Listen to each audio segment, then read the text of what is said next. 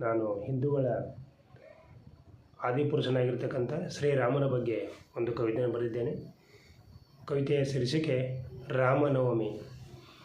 ತಮಗೆಲ್ಲ ಗೊತ್ತು, ರಾಮ ಆದರ್ಶ ಪುರುಷ, ಜೊತೆಗೆ ಪುರುಷೋತ್ತಮ, ಭೂಮಿಯ ಮೇಲೆ ಇರ್ತಕ್ಕಂಥ ನಡೆದಾಡುವಂಥ ದೈವ ಅಂಥೇಳಿ ನಾವು ಅವನನ್ನು ಕರಿತಾ ಇದ್ದೇವೆ. ಆ ರಾಮನ ಕುರಿತಾಗಿ ನಾನೊಂದು ಕವಿತೆ ಓದಲಿದ್ದೇನೆ. ಕವಿತೆಯ ಶೀರ್ಷಿಕೆ ರಾಮನವಮಿ. ಅದಕ್ಕಿಂತ ಮುಂಚೆ ನಾನು ನಿಮ್ಮಲ್ಲಿ ಕೇಳಿಕೊಳ್ಳೋದು, ನನ್ನ ಈ ಒಂದು ಚಾನಲನ್ನು ಫಾಲೋ ಮಾಡಿ, ಕಮೆಂಟನ್ನು ಮಾಡಿ, ಜೊತೆಗೆ ಶೇರ್ ಮಾಡಿ ಅಂಥೇಳಿ ನಾನು ನಿಮ್ಮಲ್ಲಿ ಕೇಳಿಕೊಳ್ಳುತ್ತಾ ಈ ಒಂದು ಕವಿತೆಯನ್ನು ವಾಚನ ಮಾಡಲಿಕ್ಕೆ ಪ್ರಯತ್ನ ಮಾಡ್ತೇನೆ. ಕವಿತೆಯ ಶೀರ್ಷಿಕೆ ರಾಮನವಮಿ.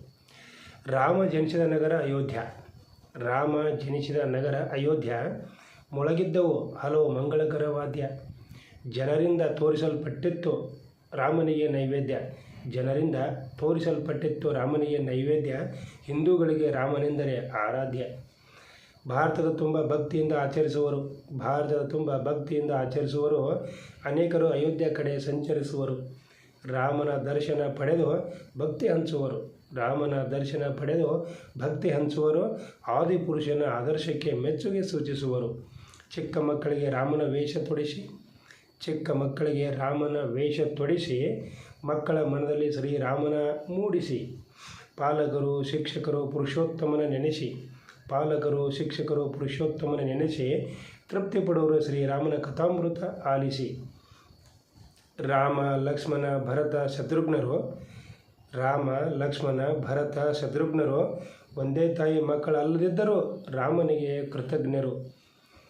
ರಾಮ ಲಕ್ಷ್ಮಣ ಭರತ ಶತ್ರುಘ್ನರು ಒಂದೇ ತಾಯಿ ಮಕ್ಕಳಲ್ಲದಿದ್ದರೂ ರಾಮನಿಗೆ ಕೃತಜ್ಞರು.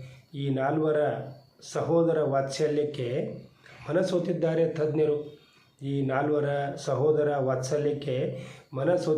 ತಜ್ಞರು. ಅನೇಕ ಸಿನಿಮಾ ಕಥೆ ಮಾಡಿ ಮೆರೆದರು ತಂತ್ರಜ್ಞರು. ರಾಮನ ಕವಿತೆಯನ್ನು ಆಲಿಸಿದಂಥ ತಮಗೆಲ್ಲರೂ ಧನ್ಯವಾದಗಳು. ದಯಮಾಡಿ ಕವಿತೆ ಹೇಗಿತ್ತೆಂಬುದನ್ನು ನಿಮ್ಮ ಕಮೆಂಟ್ಗಳ ಮೂಲಕ ನನಗೆ ಹೇಳಬೇಕಂತೇಳಿ ತಮ್ಮಲ್ಲಿ ಕೇಳಿಕೊಳ್ತೇನೆ. ಧನ್ಯವಾದಗಳು.